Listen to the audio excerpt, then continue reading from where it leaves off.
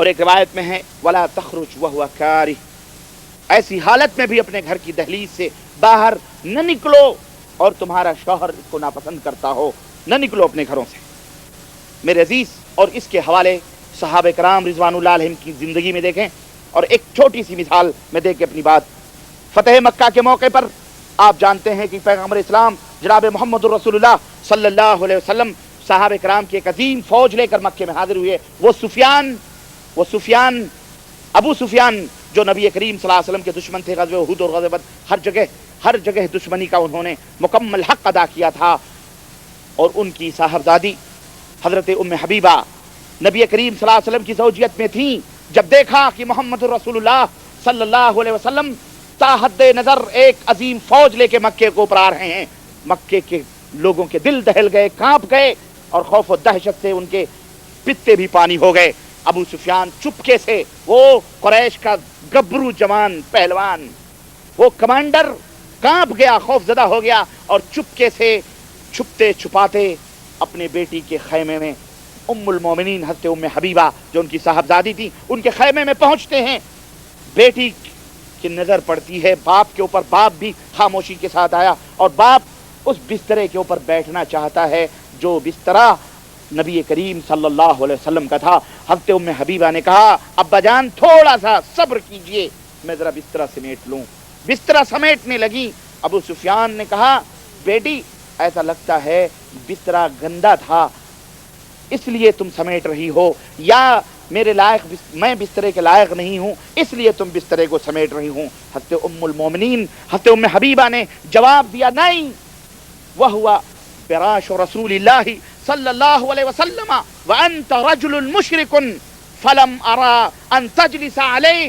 ابا جان یہ بسترہ پیغمبر اسلام جناب محمد الرسول اللہ صلی اللہ علیہ وسلم کا بسترہ ہے، اور تم ایک مشرک ناپاک اور پلید آدمی ہو، میں یہ گوارا نہیں کروں گی کہ میرے شوہر کے بسترے پر کوئی ناپاک مشرک آ کر کے بیٹھے۔ باپ ہے، برسوں کے بعد ملا ہے، جنگ کا موقع ہے، فتح مکہ کا موقع ہے، لیکن بیٹی کی یہ جرأت، یہ ہے اپنے شوہر کی تابعداری اور فرمانبرداری کا ایک مختصر سا نمونہ جو میں نے آپ حضرات کی خدمت میں رکھا۔ مگر آج حال کیا ہے؟ اگر شوہر منع کرے کہ فلاں کے گھر مت جاؤ، شوہر منع کرے فلاں عورت سے نہ ملو، فلاں عورت سے ایسی ویسی باتیں نہ کیا کرو، ہماری عورتیں ناک بھون چڑھاتی ہیں، قصدن جاتی ہیں، یہاں نہیں تو کھڑکیوں سے ملتی ہے نہیں، پچھواڑے کے دروازے کھول کے وہاں دل کی بھڑاس نکال دیتی ہیں، دیکھتی ہیں شوہر کھٹ پٹ کرتا ہوا آ رہا ہے، کھڑکی کیا کر رہی ہے، ذرا دیکھ رہی تھی، جھاڑو اوڑو ذرا دیکھ رہی تھی۔ استغفر اللہ، یہ ہے خیانتیں، ناک بھون چڑھاتی ہیں۔ کیوں چڑھاتی ہو؟ تمہارا شوہر نہیں پسند کرتا ہے، اس لیے عبرت لو، نصیحت لو، اپنے شوہروں کی جو ہے اس طرح سے اپنے شوہروں کی نافرمانی نہ کرو۔ بیوی کے اوپر شوہر کا حق یہ بھی ہے کہ وہ شوہر کے حکم کی تابعداری کرے، اور کوئی بھی حکم ہو تو اس کے عمل کرنے میں کوئی ہیلا حجت نہیں کرنی چاہیے۔ میرا سر درد کر رہا ہے، میرے پیٹ میں درد ہے، میری ٹانگیں دکھ رہی ہیں، تمہارے بچے کو میں نے یہ کیا تو یہ ہوا تو یہ ہو گیا، اور شوہر کہہ رہا ہے یہ کرو، کھانا نہیں پکا، کیوں نہیں پکا، یہ تھا وہ تھا، ہیلے حجتیں بہانے ایسی ہوتی ہیں۔ بعض عورت اللہ کسی کو نصیب نہ کرے، ایسی عورت کسی کو نصیب اگر کسی کے پلے بندھ گئی تو اس کی زندگی جہنم بن جاتی ہے۔ واللہ روز روز ایک نئے نئے بہانے، نئے نئے ہیلے، نئی آنکھ دکھ رہی، اللہ کی قسم ہوتا ہے ایسا، ہے کہ نہیں ہے یہ؟ اور خاص طور سے ہمارے ہاں جو جوائنٹ فیملی سسٹم چلتا ہے، اس میں تو اللہ اکبر، اس میں جو غدر ہوتا ہے اور اس میں جو جوائنٹ فیملی مسئلہ جو چلتا ہے، اس میں جو چیزیں ہوتی ہیں، اس کا تو اب اگر ایک دن کھانا کسی طرح مرتے کرتے پکا دیا، دوسرے دن بسترا لینا ضروری ہے۔ کیوں؟ فلانے کی بیوی پکائے، اب کیوں بھائی تو کیوں نہیں پکاتی؟ میرے سر میں درد تھا اس لیے میں ذرا لیٹ گئی تھی، اور فلانی تو ہے نا، اس کو پکانا چاہیے۔ اس طرح سے ضد، اس طرح سے ہٹ دھرمیاں، اور اس طرح سے ہیلے، یعنی کوئی ایک دوسرے سے تعاون کرنے کے لیے مدد کرنے کے لیے نہیں تیار ہوتا ہے۔ بالخصوص عورت کو دیکھ کے جلتی ہے، حقیقت ہے کہ نہیں؟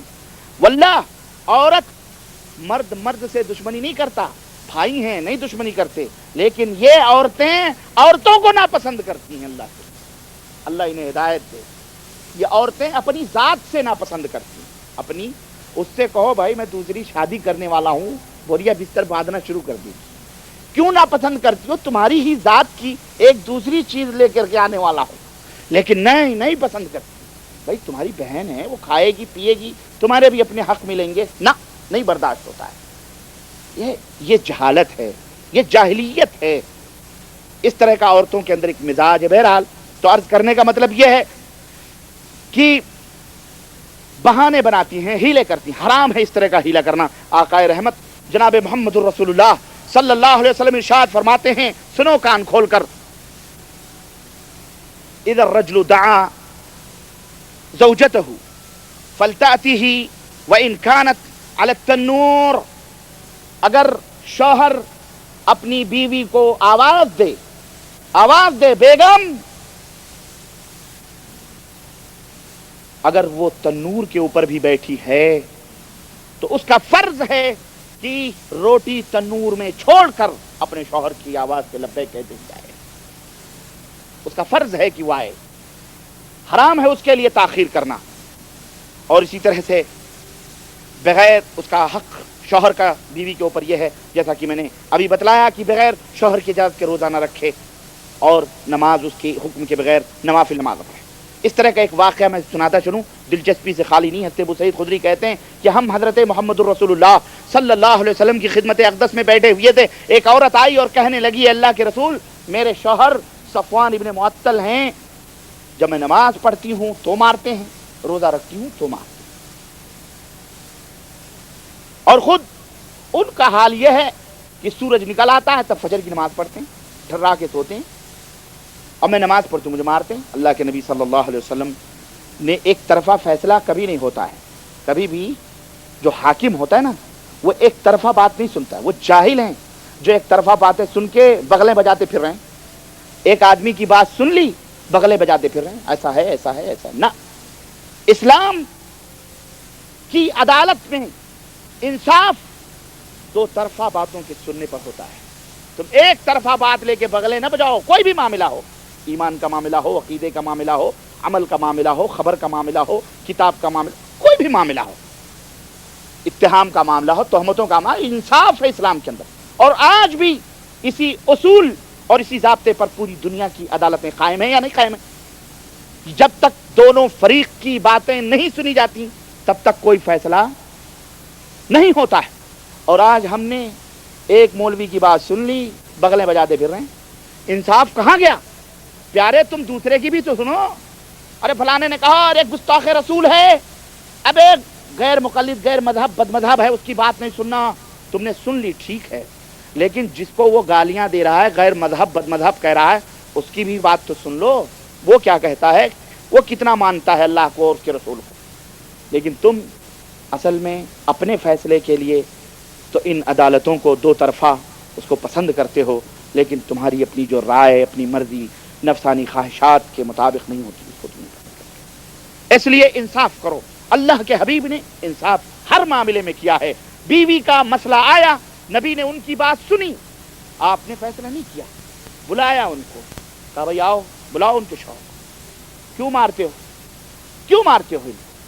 نماز پڑھتی ہے تو مارتے ہو، روزہ رکھتی ہے تو مارتے ہو. کہنے لگے اللہ کے نبی، اللہ کی قسم، اس سے پوچھو یہ پانچوں وقت کی نماز پڑھتی ہے، میں اس کو کچھ بولتا ہوں؟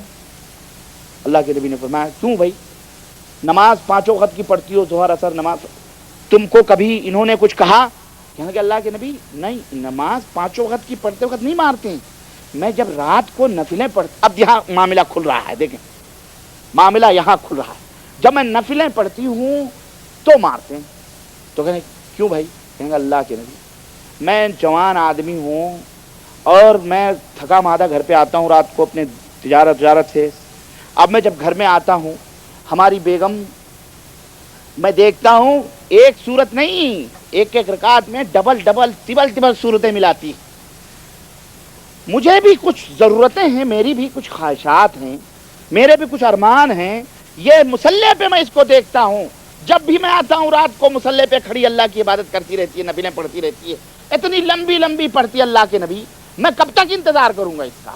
اس لیے میں مارتا ہوں کہ نہ پڑھ، میری ضرورت ہے، میری خواہش ہے اس کو پہلے پوری کر بعد، اس لیے میں مارتا ہوں. کہیں روزہ، کہنے لگے پوچھو رمضان میں کبھی میں نے اس کو انگلی لگائی ہے؟ پورے رمضان میں بھی رہتا ہوں روزہ، یہ بھی رہتی ہے، میں اس کو چھوتا بھی انگلی نہیں لگاتا ہوں۔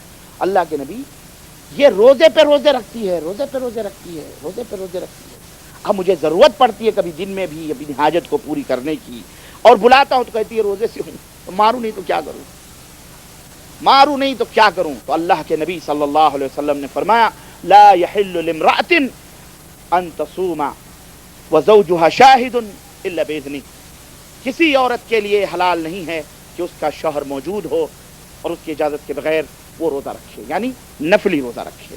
تو میرے عزیز، اس طرح سے بغیر شوہر کی اجازت کے روزہ نہیں رکھنا چاہیے، اور بغیر شوہر کی اجازت کے اگر رات میں نفل پڑھنا ہے تو اپنے شوہر سے کہہ دو کہ میں ذرا نوافل ادا کرنا چاہتی ہوں، ڈسٹرب نہیں کرنا مجھے، سو جاؤ۔ ہاں بھائی، سیدھی سی بات ہے کہ نہیں؟ ڈسٹرب نہیں کرنا، سو جاؤ، نہیں تو پھر بولو جو حکم ہے، خلاص وہ تو باغیرت بچاؤ، جاؤ بھائی جاؤ پڑھ لو۔ اچھا ایک حق اور بتاؤں میں، اچھا یہ بتائیں سمجھ میں آ رہی میری باتیں آپ حضرات کی؟ آئیں گی، مجھے پتہ ہے آ رہی ہیں، مجھے پتہ ہے، کیونکہ یہ تو بہت مطلب کی بات ہو رہی نا، اور یقیناً یہ باتیں بڑی قیمتی ہیں ہمارے لیے بھی، میں بھی سمجھو مجھے بھی علم ہو رہا ہے، آپ حضرات بھی علم حاصل کر رہے ہیں الحمدللہ، اور یہ میٹھی میٹھی پیارے نبی صلی اللہ علیہ وسلم کی باتیں کہاں ملتی ہیں اتنے سکون اور اتنے اچھے ماحول میں، کہاں ملتی ہیں؟ بہرحال آئیے ایک حق اور بتاؤں خاوند کا، بیوی کے اوپر حق یہ ہے کہ شوہر کا مال بغیر اس کی اجازت کے وہ کہیں خرچ نہ کرے، کسی کو بھی نہ دے۔ یہ نہیں کہ شوہر سعودیہ سے بھیج رہا ہے تو اپنے بھائی کو ادھر سے ڈراپ بھیج رہی ہے، ہاں اپنے باپ کو دے رہی ہے، اپنے ماں کو دے رہی ہے، اپنے خاندان کو بھی، اور اس کی بہن، اس کی ماں، اس کے باپ بیچارہ جو یہاں بیٹھا ہوا ہے وہ بھوکے مر رہے ہیں، بیوی کے نام سے ڈراپ جاتا، چپکے چپکے سپلائی کر دیتی ہے، پتہ ہی نہیں چلتا ماں باپ کو، حرام ہے۔ شوہر کی اجازت کے بغیر اس کے گھر سے ایک تنکا بھی ادھر ادھر کرنا یہ حرام ہے، اسلام میں اس کی اجازت نہیں دی ہے۔ اللہ کے رسول صلی اللہ علیہ وسلم نے فرمایا کہ لا تنفق امرأة شيئا من بيت زوجها الا باذنه، قيل يا رسول الله ولا الطعام، قال ذلك افضل اموالنا، رواه الترمذی۔ اللہ کے نبی صلی اللہ علیہ وسلم نے فرمایا کسی بھی عورت کو یہ اجازت نہیں ہے کہ کوئی بھی چیز، شیئن کوئی بھی ایک چیز اپنے شوہر کے گھر سے بغیر اس کی اجازت کے گھر کے باہر دے، کسی کو خرچ کرے، یہ بیوی کو یہ حکم، یہ حلال نہیں ہے بلکہ اس کے لیے حرام ہے۔ صحابہ نے کہا اللہ کے نبی کھانا بھی، روٹی بھی وہ بغیر شوہر کی اجازت کے نہ دے؟ آپ صلی اللہ علیہ وسلم نے فرمایا بھائی روٹی تو ہمارا سب سے بہترین غذا ہے، سب سے بہترین کھانا ہے ہمارا، وہ تو بدرجہ اولا نہ دے کسی کو بغیر شوہر کی اجازت کے۔ اگر شوہر کی اجازت سے بیوی صدقہ کرتی ہے، خیرات کرے، تو پھر یاد رکھو تمہیں بھی ثواب ملے گا اور تمہاری بیوی کو بھی ثواب ملے گا۔ اس لیے اتنا باندھ کے بھی نہ رکھو، غریب غربا فقیر فقراء اگر دروازے پہ آئیں تو اتنی چھوٹ دے دیا کرو کم از کم کہ بیگم اتنے پیسے رکھو، کوئی آئے تو دے دیا کرو، کوئی بات نہیں، اجازت ہے۔ اللہ کے رسول صلی اللہ علیہ وسلم نے فرمایا کہ اذا تصدقت المرأة من بیت زوجها كان لها اجر ولزوجها اجر لا ينقص كل واحد منهما من اجر صاحبه شيئا له ما كسب ولها من فقط، رواہ الترمذی۔ اللہ کے نبی نے فرمایا کہ اگر شوہر کی اجازت سے اس کی بیوی نے کوئی مال کسی کو صدقہ اور خیرات میں دے دیا تو اس کو بھی اتنا ہی ثواب ملے گا، شوہر کو بھی اتنی ثواب ملے گا اور بیوی کو بھی اتنا ہی ثواب ملے گا، اور کسی کے ثواب اور اجر میں کوئی کمی واقع نہیں ہوگی۔ اسی طرح سے شوہر کا حق بیوی کے اوپر یہ ہے کہ شوہر کی جنسی خواہش کا، اس کی جنسی خواہش کا بیوی احترام کرے، ورنہ فرشتے اس کے اوپر لعنت بھیجیں گے اور وہ لعنتوں کی مستحق ہوگی۔ آقا رحمت صلی اللہ علیہ وسلم جنسی خواہش یعنی اس کی اپنی شہوت یعنی جمع کے لیے، ہم بستری کے لیے عورت کا فرض ہے کہ اس کی جنسی شہوت کا وہ احترام کرے۔ اللہ کے نبی فرماتے ہیں کہ اذا دعا الرجل امرأته الى فراشه فلم تأته فبات غضبان عليها، اللہ کے نبی صلی اللہ علیہ وسلم فرماتے ہیں کہ عورت کو شوہر نے اپنے بسترے کی طرف بلایا، ہم بستری کے لیے، عورت نے انکار کر دیا، غضب نہ، اور وہ غصے میں ہوا اور یوں ہی اس نے غصے میں رات گزاری، تو اللہ کے نبی فرماتے ہیں کہ صبح تک فرشتے ایسی عورت پر لعنت بھیجتے رہتے ہیں۔ استغفر اللہ۔ میری ماؤں بہنوں، اسلامی بہنوں، کان کھول کر سنو، اگر اور آپ بھی نصیحت کرو، کیونکہ یہ بیچاریاں ان کو عقل نہیں ہوتی، کم عقل ہوتی ہیں، آپ بھی خطوں میں نصیحت کرو، تعلیم دو اپنی بیٹیوں، اپنی بہنوں، اپنی بیویوں، سب کو، کہ تمہارا شوہر اگر تمہیں اپنی خواہش کے لیے طلب کرے تو اس کی طلب پر لبیک کہو، اگر غصہ ہو، نہیں آ رہی ہو، تو پھر فرشتے ایسی عورت کے اوپر لعنت بھیجتے ہیں۔ اور کتنی بد نصیب ہے، اور ہماری عورتیں خاص طور سے اس مرض میں مبتلا ہوتی ہیں۔ اگر سرے شام کوئی نوک جھونک ہو گئی، پھر وہ رات تو گئی، مصیبتوں کی پہاڑ بن گئی۔ ہوتی ہے کہ نہیں ہوتی؟ ماشاءاللہ آپ لوگ سمجھدار ہیں، سمجھتے ہیں اس بات کو، ہے کہ نہیں؟ یہ سب کے ساتھ یہ مسائل جڑے ہوئے ہیں، یہ اصل میں ہوتی ہیں، شیطان ان کے سروں پہ ناچتا ہے اور انہیں ہتھیار بناتا ہے، یہ شیطان کی ہتھیار ہیں، انہیں استعمال کرتا ہے شیطان۔ تو ان کو تعلیم دیا کرو، بتایا کرو کہ ایسی لعنتی مت بنو، فرشتے لعنت بھیجتے ہیں، کتنی بری بات ہے۔ اس لیے رات میں اگر ناراض بھی ہو تو 15-20 آدھا گھنٹے کے بعد میں آپس میں پٹ پٹا لیا کرو، منا دنا لیا کرو، مٹھائی اٹھائی کھلا کے، کسی طرح سے پانی پلا کے، ہاتھ پاؤں دبا کے، کسی بھی طرح سے مان جاؤ، تم بھی مان جاؤ، تاکہ وہ لعنتی نہ بنے۔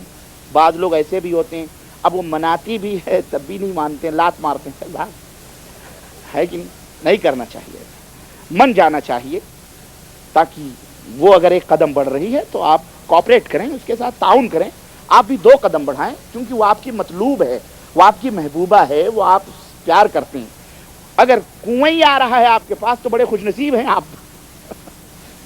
آپ کو جانا نہیں پڑ رہا ہے، آپ خوش نصیب ہیں، یوں سمجھیے، ورنہ بڑی مشکل ہوتی ہے، ان کو منانا بہت مشکل ہوتی ہے، اور آپ حضرات جانتے ہیں الحمدللہ۔ اللہ کے رسول صلی اللہ علیہ وسلم فرماتے ہیں، ایک حق یہ بھی ہے کہ شوہر سے عورت طلاق کا مطالبہ نہ کرے۔ ایسی عورت بد نصیب ہوتی ہے جو اپنے مرد سے طلاق کا مطالبہ کرے، الا یہ کہ اس کا طلاق، اس کا شوہر فاسق و فاجر ہو، بدکار ہو، شرابی ہو، کبابی ہو، بے نمازی ہو، بدعتی ہو، مشرک ہو، اگر اس کے ساتھ وہ پلے بندھ گئی تو پھر اس عورت کو حق حاصل ہے کہ وہ طلاق کا مطالبہ کرے، نہیں تو اپنے قاضی سے جو خلا کا مطالبہ کر کے اور اس سے دور رہے، ایسی بے نمازی، ایسے فاسق و فاجر مرد سے۔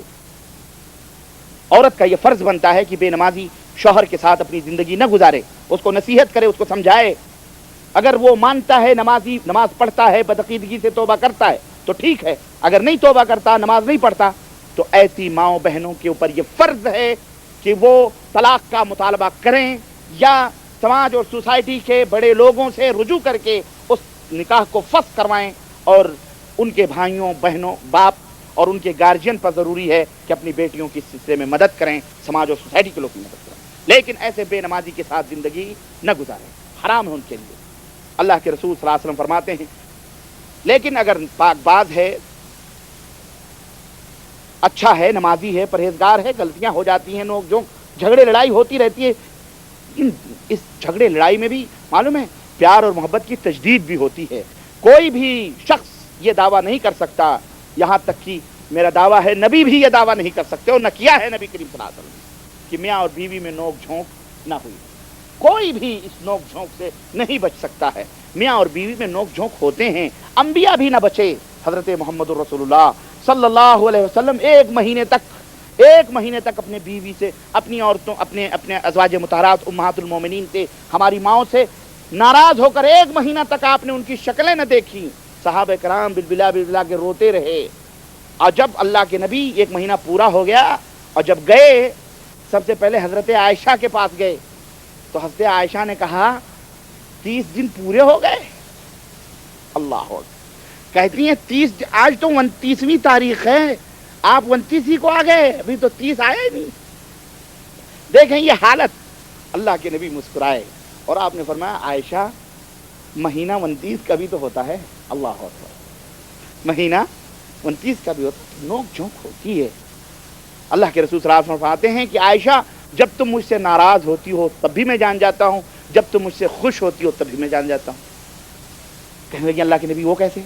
کہنے لگے جب تم مجھ سے ناراض ہوتی ہو اور قسم کھاتی ہو تو کہتی ہو کہ لا وربی رب الکعبہ یا لا ورب ابراہیم، رب ابراہیم کے رب کی قسم ہے، کعبے کے رب کی قسم ہے، لیکن تو میں سمجھ جاتا ہوں تم مجھ سے روٹھی ہو، تم مجھ سے ناراض ہو، لیکن جب تم یہ کہتی ہو لا ورب محمد، محمد کے رب کی قسم ہے، تو میں سمجھ جاتا ہوں تم مجھ سے خوش۔ اللہ اکبر۔ یہ دیکھیں، یہ پیار، یہ محبت جو ہے نا، یہ میاں اور بیوی کا یہ فطری ہے، امر ہے۔ اللہ وحدہ لا شریک نے اس کو اپنی نشانی قرار دی، وجعل بینکم مودۃ ورحمہ۔ اللہ نے فرمایا کہ یہ محبت اور یہ پیار کا ساگر ہم نے تمہارے دلوں، دونوں کے دلوں میں جو رکھا ہے نا، یہ میں نے رکھا ہے، اور یہ اللہ کی نشانیوں میں سے ایک نشانی ہے۔ غرض آگے بڑھتے ہیں۔ اللہ کے رسول صلی اللہ علیہ وسلم فرماتے ہیں کہ کوئی بھی عورت اپنے شوہر سے طلاق کا مطالبہ نہ کرے۔ تو میں عرض یہ کر رہا تھا کہ نوک اور جھونک سے محبت کے اندر لذت پیدا ہوتی ہے اور آتش عشق اور بڑھتی ہے، محبت کے شعلے اور جمان ہوتے ہیں۔ اور جس زندگی میں نوک جھونک ہی نہ ہو، لڑائی بھڑائی بھی نہ ہو، آپس میں کوئی روٹھے نہیں، کوئی منائے نہیں، یہ بھی کوئی زندگی ہے؟ یہ بھی کوئی جینا ہے؟ نہ، ضروری ہے۔ اگر نہ کوئی عورت ناراض ہو تو سمجھو احمق ہے وہ۔ اس کا یہ بھی مطلب نہیں ہے کہ ہر رات عورت ناراض ہی ہو کے بیٹھے، یہ بھی حماقت ہے۔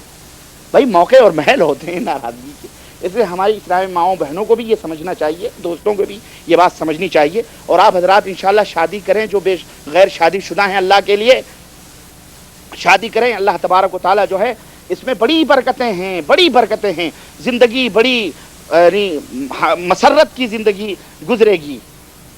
بڑی جلد بازی کر رہے ہیں آپ، تھوڑا صبر کریں۔ کسی نے پوچھا بیوی کے شوہر پر کیا حقوق ہیں، میں بتاتا ہوں یار۔ آپ یہ کیوں سوچ رہے ہیں کہ میں صرف شوہروں کے حقوق بیوی پر بتاؤں گا؟ صاحب نے چٹھی بھیجی ہے، میرا خیال ہے ان کو جلدی ہے۔ چلیں اب میں آگے بڑھ رہا ہوں جلدی کہ آپ یہ بتائیں کہ شوہر پر بیوی کے کیا حقوق ہیں۔ انشاءاللہ بتاتا ہوں، بے فکر ہیں۔ تو میرے عزیز، تو یہ ہے کہ طلاق کا مطالبہ نہ کرے۔ کیوں؟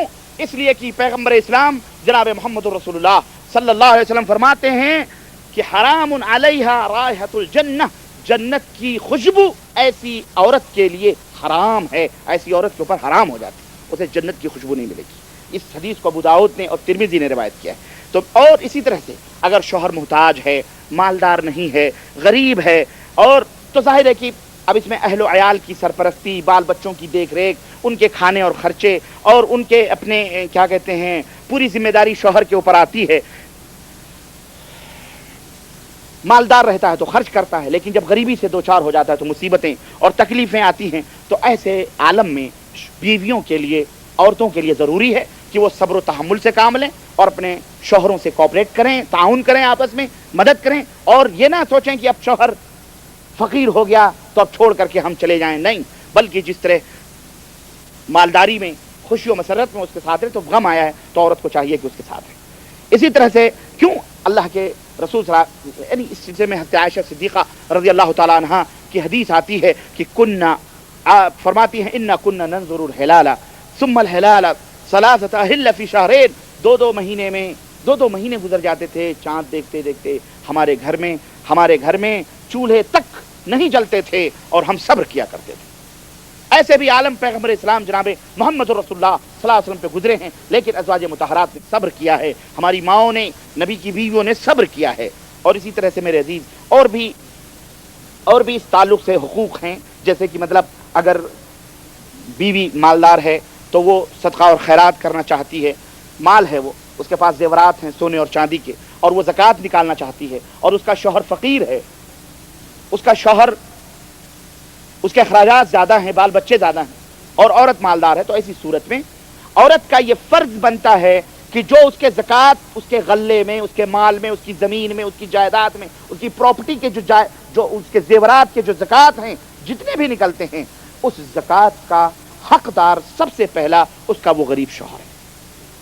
اپنے شوہر کو وہ زکوٰۃ دے تاکہ اس کا شوہر اس اپنے بال بچوں کے اوپر خرچ کرے۔ اور اس کی دلیل حدیث رسول صلی اللہ علیہ وسلم صحیح بخاری اور صحیح مسلم میں عبداللہ ابن مسعود کی بیوی تھی حضرت زینب سغوی، ان کی حدیث میں موجود ہے کہ انہوں نے کہا زکوٰۃ نکالنا چاہتے ہیں، عبداللہ ابن مسعود نے کہا دے دو۔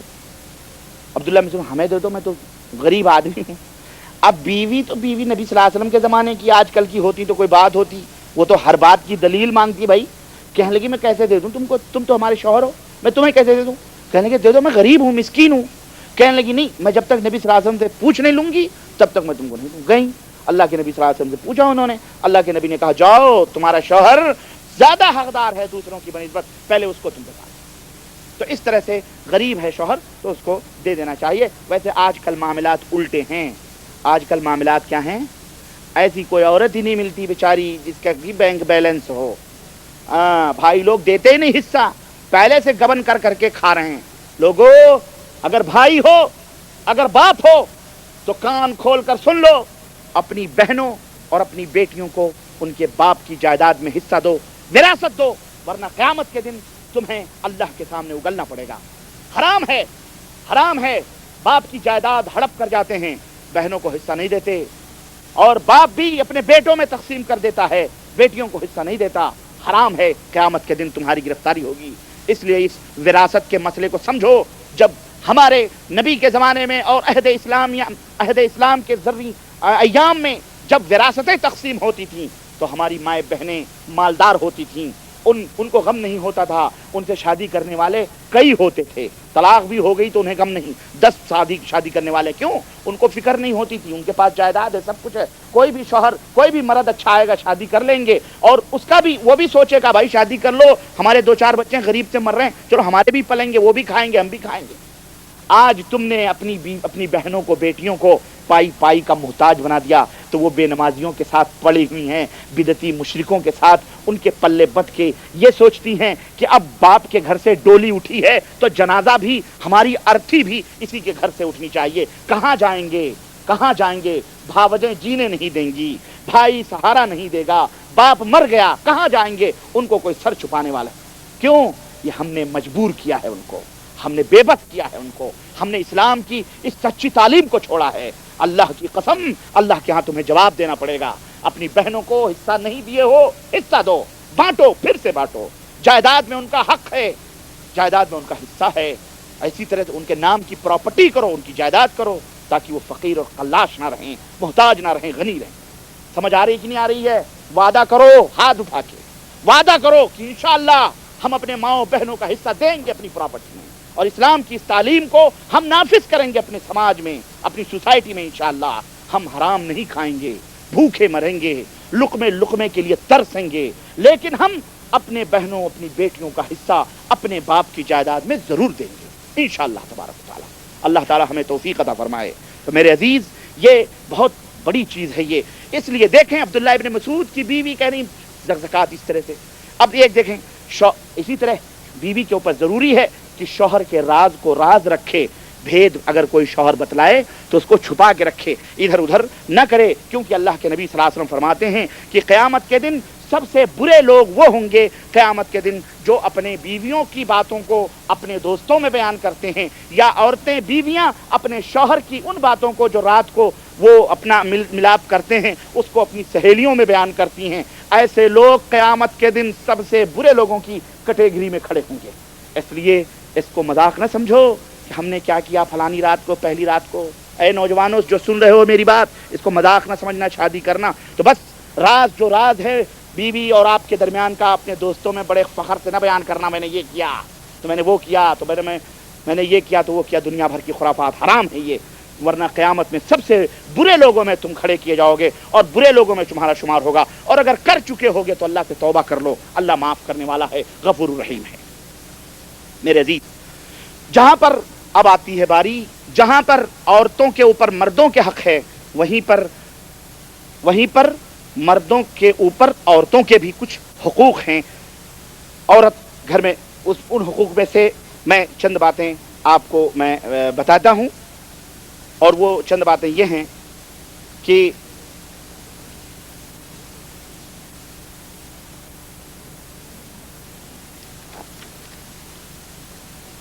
اللہ تبارک و تعالیٰ نے عورت کے کھانے پینے کی، اس کے کپڑے لتے کی، اس کے رہن سہن کی، اس کے گھر کی مکمل ذمہ داری اللہ تبارک و تعالیٰ نے مرد کے اوپر رکھی ہے، اور قرآن کریم میں مردوں کو یہ حکم دیا ہے کہ وعاشرہن بالمعروف فإن کرہتموہن فعسى أن تکرہوا شیئا ویجعل اللہ فیہ خیرا کثیرا۔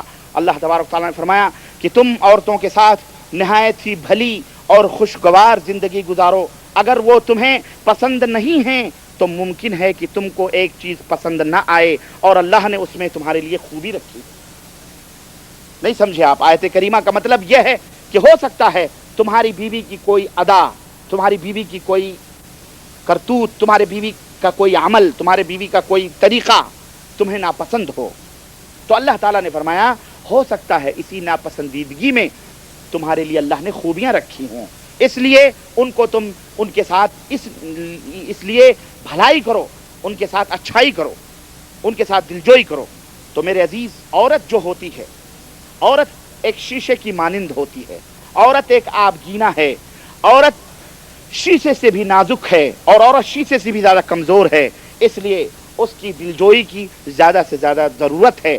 اس کی ناز برداری کرنا، اس کے نخروں کو برداشت کرنا، اس کو منانا، اس کو منانا اور ان کا حق ادا کرنا اور ان کے ساتھ، عورتوں کے ساتھ اچھائی کے ساتھ پیش آنا، یہ ہر شوہر کے اوپر فرض اور ضروری ہے. آقا رحمت جناب محمد رسول اللہ صلی اللہ علیہ وسلم کا فرمان سنو. حجۃ الوداع کے موقع پر آپ فرماتے ہیں استوصوا بالنساء، اے لوگو عورتوں کے ساتھ خیر اور بھلائی کرو، عورتوں کے ساتھ خیر بھلائی کرو. فإنہن خلقن من ضلع، اس لیے کہ عورتیں جو ہوتی ہیں وہ پسلیوں سے پیدا کی گئی ہیں.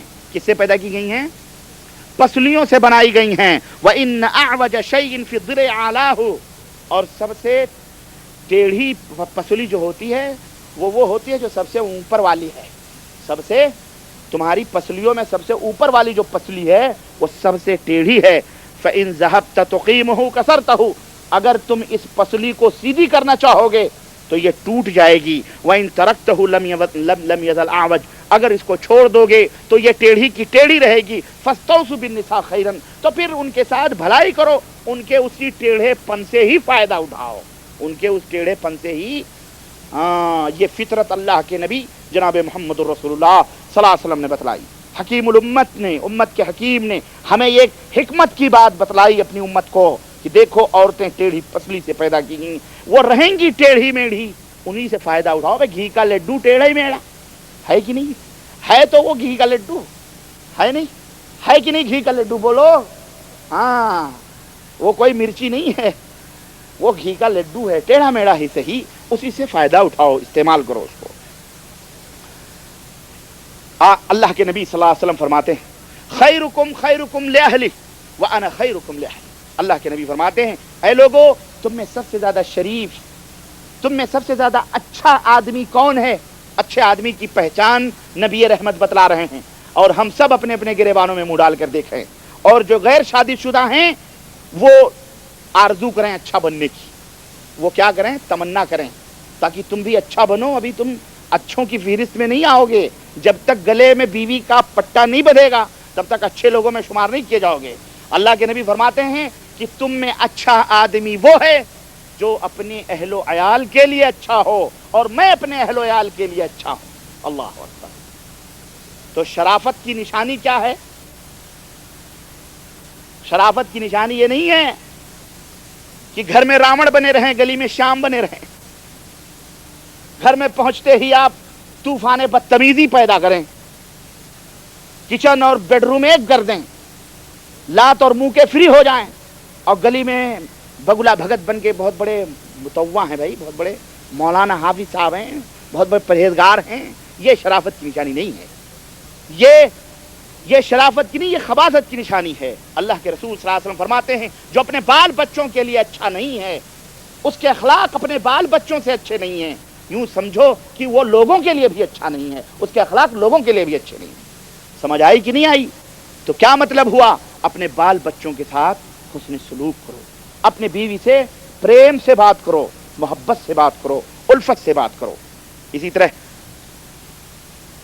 اللہ کے رسول صلی اللہ علیہ وسلم کے پاس صحابہ میں سے ایک شخص آئے اور انہوں نے کہا کہ ما حق زوجۃ احدنا علیہ، اے اللہ کے نبی ہماری بیویوں کا ہمارے اوپر کیا حق ہے؟ تو آپ صلی اللہ علیہ وسلم نے فرمایا کہ آپ صلی اللہ علیہ وسلم نے فرمایا کہ ان تطعمها، آپ صلی اللہ علیہ وسلم نے فرمایا ان تطعمها اذا طعمت، جو تم کھاتے ہو وہی اس کو بھی کھلاؤ، جو تم کھاتے ہو وہی اس کو بھی کھلاؤ. ہوٹلوں میں بیٹھ کے کری اور مرغیاں دبا لو اور گھر میں بھاجی اور پالک لے جا کے ڈال دو. بیگم اتنی پیسے تھے، لو پکاؤ کھاؤ. ہاں ہمیں بھوک نہیں ہے. آپ نے تو مرغیاں دبائی ہیں اور بیگم کو چٹنیوں پہ آپ گزارا دلوا رہے ہو. حرام ہے یہ. آپ صلی اللہ علیہ وسلم فرماتے ہیں جو تم کھاؤ وہی اس کو بھی کھلاؤ. وَتَكْسُوهَا اِذَا اكْتَسَيْتَ، جو تم پہنو وہی اس کو بھی پہناؤ. وَلَا تَضْرِبِ الْوَجْهَ وَلَا تَضْرِبِ الْوَجْهَ وَلَا تُقَبِّحْ وَلَا تَهْجُرْ إِلَّا فِي الْبَيْتِ. مسند احمد کی روایت. اللہ کے نبی صلی اللہ علیہ وسلم نے نوجوانوں کو، مسلمانوں کو، اپنے ماننے والوں کو، بیوی والوں کو، شوہروں کو نصیحت کی ہے کہ جو تم پہنو اسے بھی پہناؤ. یہ تمہارے اوپر ان کا حق ہے. ان کے چہرے کے اوپر نہ مارو. کبھی مارنا ہے تو تماچے دھڑک سے جاتے ہیں، پھیٹ چلتے ہیں منہ پر. بڑا مرد بنتا ہے یہ. کہاں مارتا ہے؟ منہ پہ مارتا ہے. دوسری بھیگی بلی دوسرے پیٹ ڈالتے ہیں گلیوں میں، وہاں اس کے پھیٹنگ نہیں چلتے. بیچاری مسکین کے اوپر آ کے. حجاج ابن یوسف ایک جنگ میں تھا، ہاں، تو جب فوج نے حملہ کیا، جب دوڑایا تو بھاگا عورتوں کے خیمے میں جا کے گھس گیا. تو کسی عورت نے کہا لوگوں کے لیے، ہمارے لیے تو شیر بنتے ہو، لوگوں کے لیے گیدڑوں کی طرح ہماری صفوں میں آتے ہو بھاگتے ہوئے. تو ایسے نہ بنو. ان کے چہروں پہ نہ مارو. مارنا ہے تو ان کی ایسی جگہ مارو جہاں پہ مطلب چوٹ بھی لگے، کوئی نقصان بھی نہ ہو. اور اللہ کے نبی نے فرمایا ولا تقبح، اور اس کو یعنی عار نہ دلاؤ اس کو، یعنی اس کے خاندان والوں کو. اس کے تیری ماں ایسی، تیرا باپ ایسا، تیرا خاندان ایسا، تیرا فلانا. اکھاڑتے نا، پوری 7 پشت پلٹ کے رکھ دیتے ہیں لوگ جب غصے میں آتے ہیں. اور عورت بھی نالائق جب آتی ہے غصے میں تو لوٹے میں پانی رکھ کے بیٹھ کے پی پی کے اکھاڑتی ہے 7 پشتوں کو. اللہ یعنی گلا بھی خشک ہو گیا، پی پی کے اکھاڑتی ہے. دونوں اس طرح سے کرتے ہیں، حرام ہیں دونوں کے لیے. اللہ کے نبی نے فرمایا ولا تہجر الا فی البیت، اور جب بھی اسے چھوڑو تو پرائے گھر میں نہ چھوڑا کرو، اپنے گھر میں چھوڑو. یہ نہیں کہ نکل، ذرا بھی غصہ ہوا لات مار کے بعد چل جا فلانے کے گھر میں، ہمارے گھر میں ٹھکانا نہیں. تم نکل جاؤ، اس کو گھر میں چھوڑو، وہ تمہاری عزت ہے. ٹھیک ہے غصہ آیا ہے، کل کو تم پھر آپس میں رضامند بھی ہو سکتے ہو، آپس میں مسئلے حل بھی ہو سکتے ہیں. اسی طرح سے میرے عزیز، بیوی کے ساتھ ظلم و زیادتی کرنے والے اللہ کے یہاں پوچھے جائیں گے. مگر جو لوگ بیوی کے ساتھ حسن سلوک کرتے ہیں، انصاف سے کام لیتے ہیں اور ان کے ساتھ خیر و بھلائی کرتے ہیں، ذرا پیغمبر اسلام کی یہ خوشخبری سنو.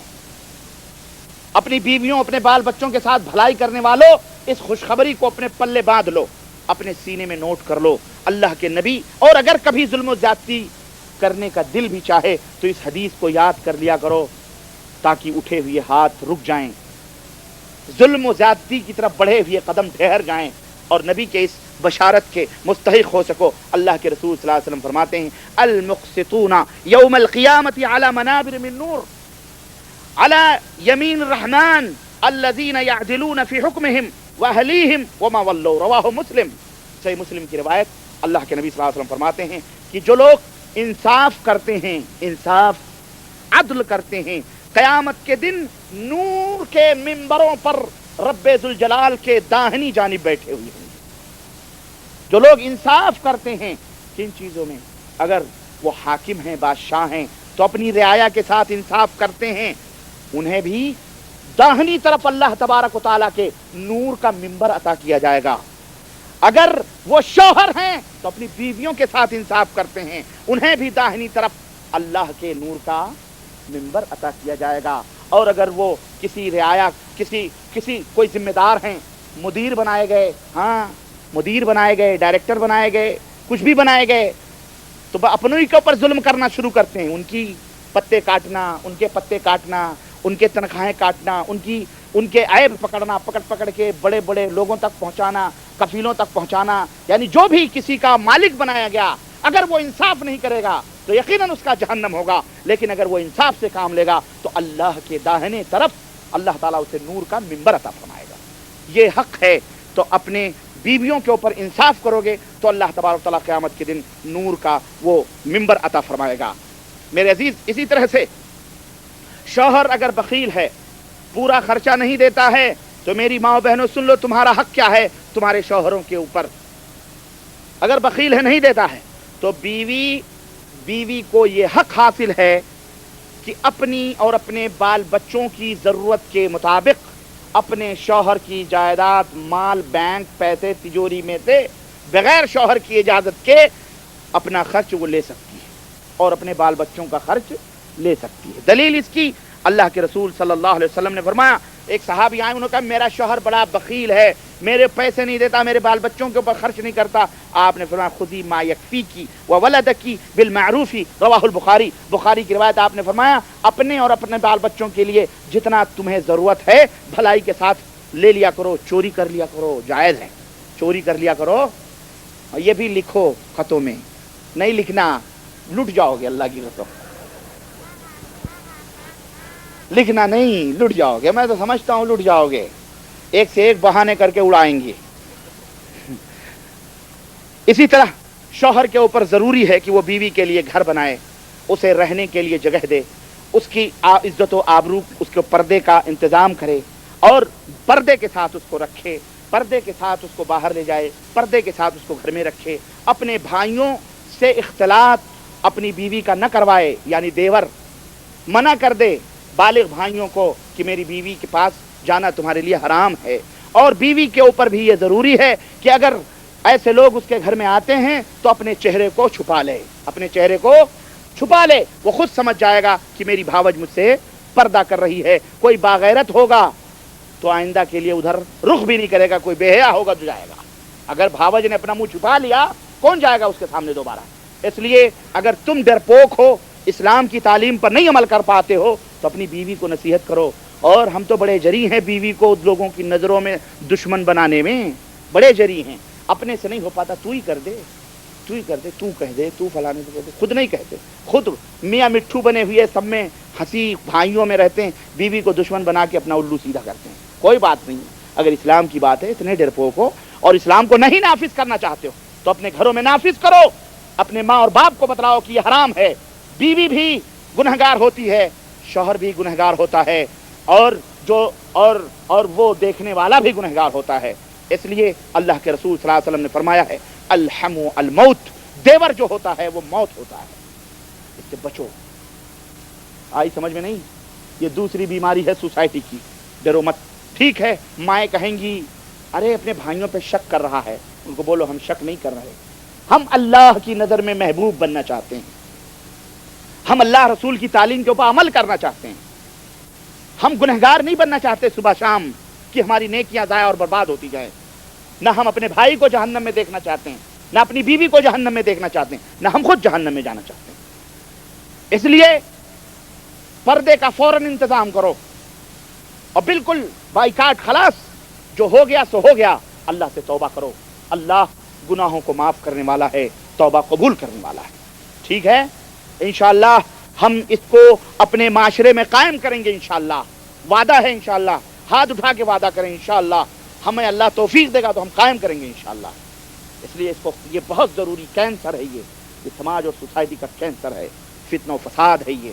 اس لیے اس کو روکو, بہت تیزی کے ساتھ پھیل رہا ہے, اس کو روکنے کی ضرورت ہے. ٹھیک ہے, اللہ ہمیں سب کو توفیق عطا فرمائے. تو اسی طرح سے اور میرے عزیز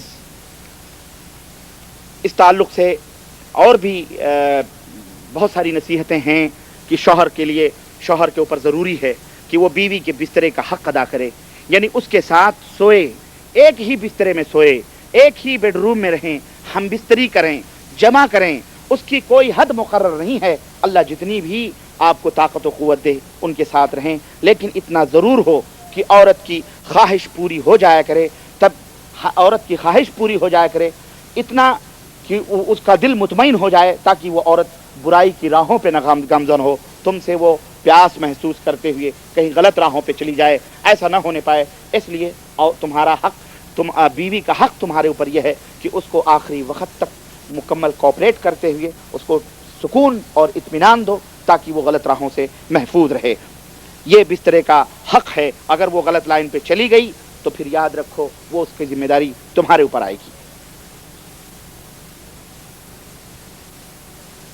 اس کی اہمیت کا اندازہ آپ اس بات سے لگائیں کہ حضرت عمر بن خطاب رضی اللہ تعالیٰ عنہ ایک دفعہ رات کو گشت کر رہے تھے کہ آپ نے ایک آواز سنی، ایک عورت گھر میں بیٹھ کر کچھ اشعار پڑھ رہی تھی. اس نے کہا فواللہ لولا اللہ تخشى عواقبہ لزحزح من هذا السری جوانبہ، اگر اللہ کا ڈر نہ ہوتا، اگر اللہ کا خوف نہ ہوتا تو آج چارپائی کے چاروں کونے اللہ کی قسم ہلتے، یعنی میں برائی میں ملوث ہوتی. حضرت عمر نے کہا کون عورت ہے، صبح پتہ لگائے گا. اس کا شوہر بارڈر پہ تھا. حضرت عمر رضی اللہ تعالیٰ عنہ نے اس کو بلوایا اور کہا، حکم دیا کہ 4 یا 6 مہینے تک کوئی شخص باہر نہیں رہ سکتا ہے. وہ ضروری ہے کہ وہ اپنے شوہر سے، اپنی بیوی سے ملاقات کرے اور اس کو تسکین دے، اس کو سکون میں، پھر وہ بارڈر پہ جائے گا. اس طرح سے مقرر کیا ہے. اس لیے اللہ سے ڈرو اور اللہ سے تقوی اختیار کرو.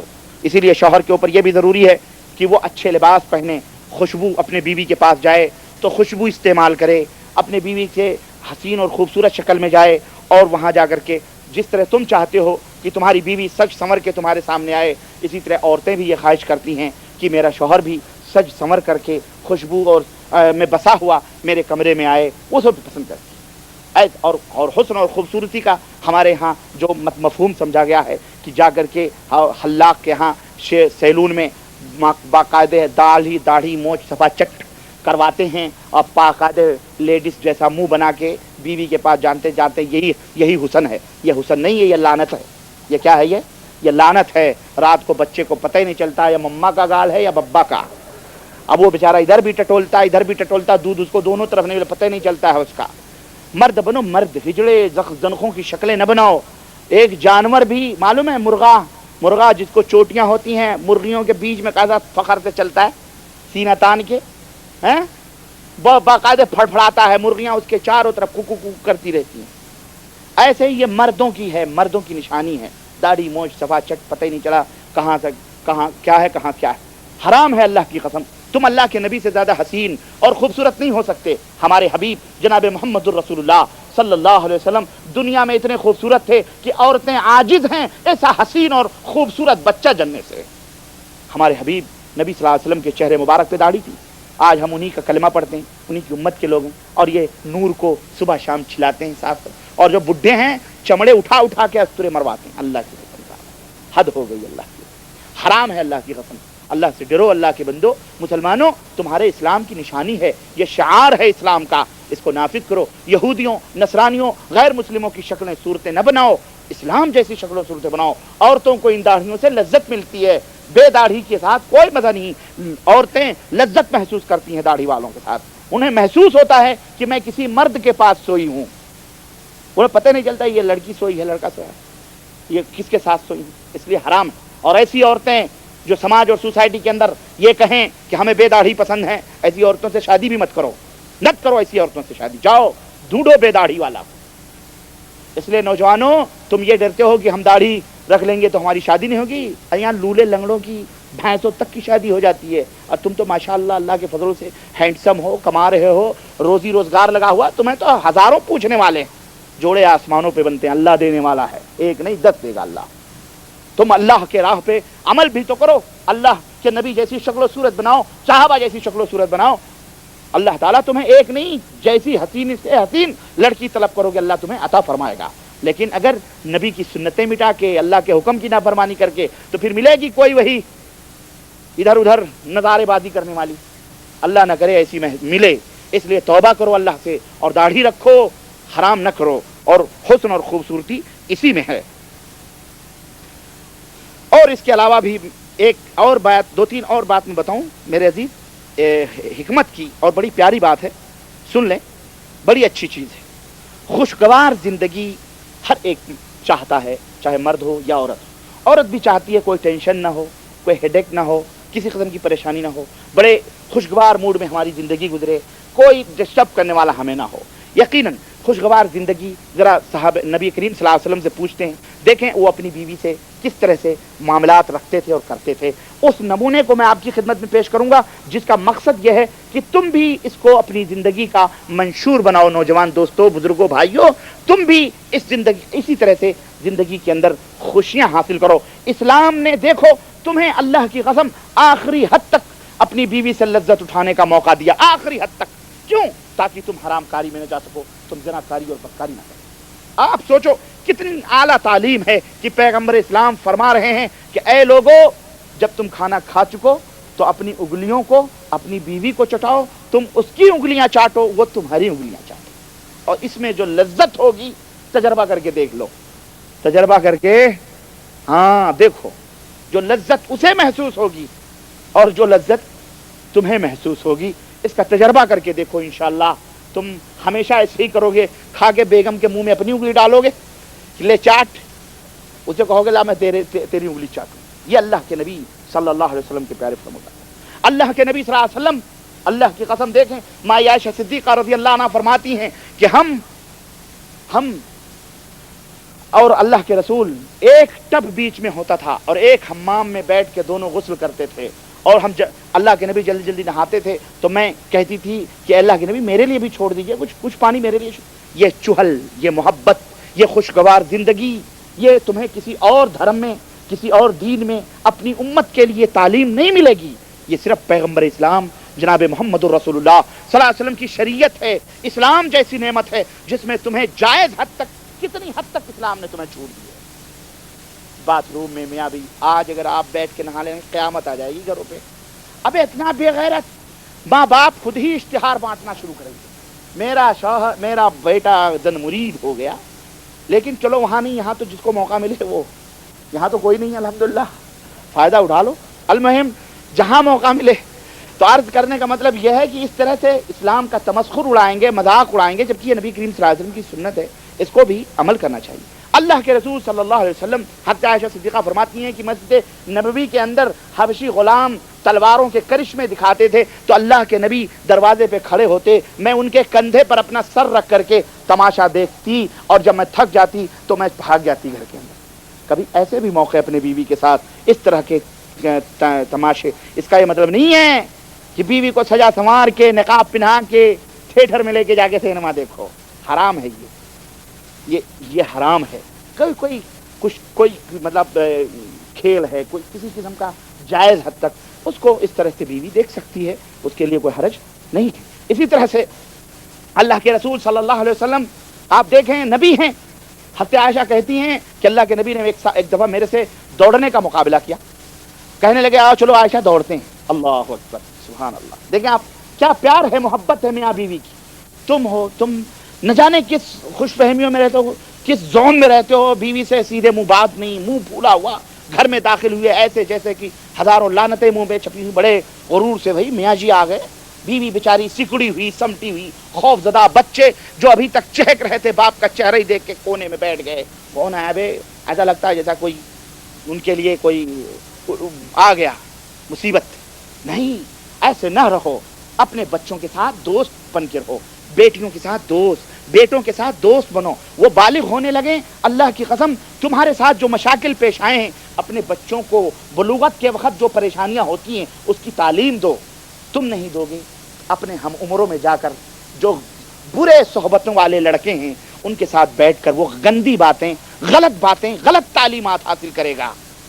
تم شرماتے ہو، باپ ہے تو لڑکے کو لے کے بیٹھ جاؤ. بیٹے جب ہم تمہاری عمر کو تھے تو ہمارے ساتھ ایسا پیش آیا، ہمارے یہاں بال آنے لگے تو ایک مولانا صاحب ملے، انہوں نے کہا یہ ہم نے کتاب میں پڑھا، کیا ہمارے نبی نے فرمایا ہے بغل کے بال صاف کر لیا کرو، ہمارے نبی فرمایا ناف کے نیچے کے بال اتنے دن پہ صاف کر لیا کرو. اس طرح سے دیکھیں آپ یہ بیٹھ کر کے پیار سے اپنے بچوں کو سمجھائیں. اس طرح سے جب بچے بڑے ہوتے ہیں تو پھر ان کو خواب ہوتا ہے، پھر ایک جو ہے ایک گندا سا پانی نکلتا ہے، پھر اس کے بعد ہمارے اسلام میں یہ ہے کہ اس کو غسل کیا جائے، اس کو اسلام کہتے ہیں. اس طرح سے تعلیم دیں. مائیں اپنی بیٹیوں کو لے کر کے اپنے پاس بیٹھیں، بیٹی ہم تمہاری عمر کو تھے تو پھر اس طرح سے ہوا، وہ بتائیں. پھر حیض آیا، پھر اس کا حیض کس کو کہتے ہیں، نفاس کس کو کہتے ہیں، ماں سمجھائے بیٹی کو. پھر اس کو کس طرح سے سنبھالا جائے، کیا ترکیب ہے، ماں بتائے. یہ فرض ہے. یہ تم نہیں بتاؤ گے، سہیلیوں سے غلط طریقے سے استعمال کر کے بری صحبتوں میں برباد ہو جائے گی ہماری بہن، ہماری بیٹی. ہوگی کہ نہیں ہوگی یہ؟ اس لیے اور اگر تم شرماتے ہو تو اس موضوع پر اپنے جن کو تم معتبر سمجھو عالم کو بلا کر کہو مولانا آج ہمارے گھر میں درس ہے, 5 8 10 عورتیں گھروں کی بٹھا لو, بچوں کو اپنے ساتھ بٹھا لو, ان کو سب بٹھا کے بولو اس ٹاپک کے اوپر آپ درس دیجیے, ان کو حیض نفاس کے مسائل, احتلام کے مسائل, جنابت کے مسائل, اور جو فطرت ہے اسلام کی اس کے مسائل سناؤ. تم سنو گے بچے اپنے اپنے مطلب کی سب چیزیں لے لیں گے, پتہ بھی نہیں چلے گا, سانپ بھی مر جائے گا, لاٹھی بھی نہیں چھوٹے گی, تمہاری حیا اور شرم بھی باقی رہے گی, اور وہ اپنے مطلب کی چیزیں بچے سیکھ جائیں گے, اور اس عمر میں جو باتیں ان کے ذہن پہ نقش ہو جائیں گی آخری زندگی تک وہ باتیں وہ نہیں بھول سکتے ہیں. سمجھ آئی کہ نہیں آئی؟ یہ ہے تعلیم اسلام کی. تو غرض کہنے کا مطلب یہ ہے کہ اللہ کے نبی صلی اللہ علیہ وسلم نے فرمایا کہ بھی چلو ہم دوڑ کرتے ہیں. اللہ کے نبی دوڑے, مائی عائشہ کہتی میں ان سے بہت آگے نکل گئی, بہت آگے نکل گئی. اللہ کے نبی کہا بھائی ٹھیک ہے تم آگے بڑھ گئی. پھر کچھ دنوں کے بعد میں اللہ کے نبی نے کہا چلو اب دوڑتے ہیں.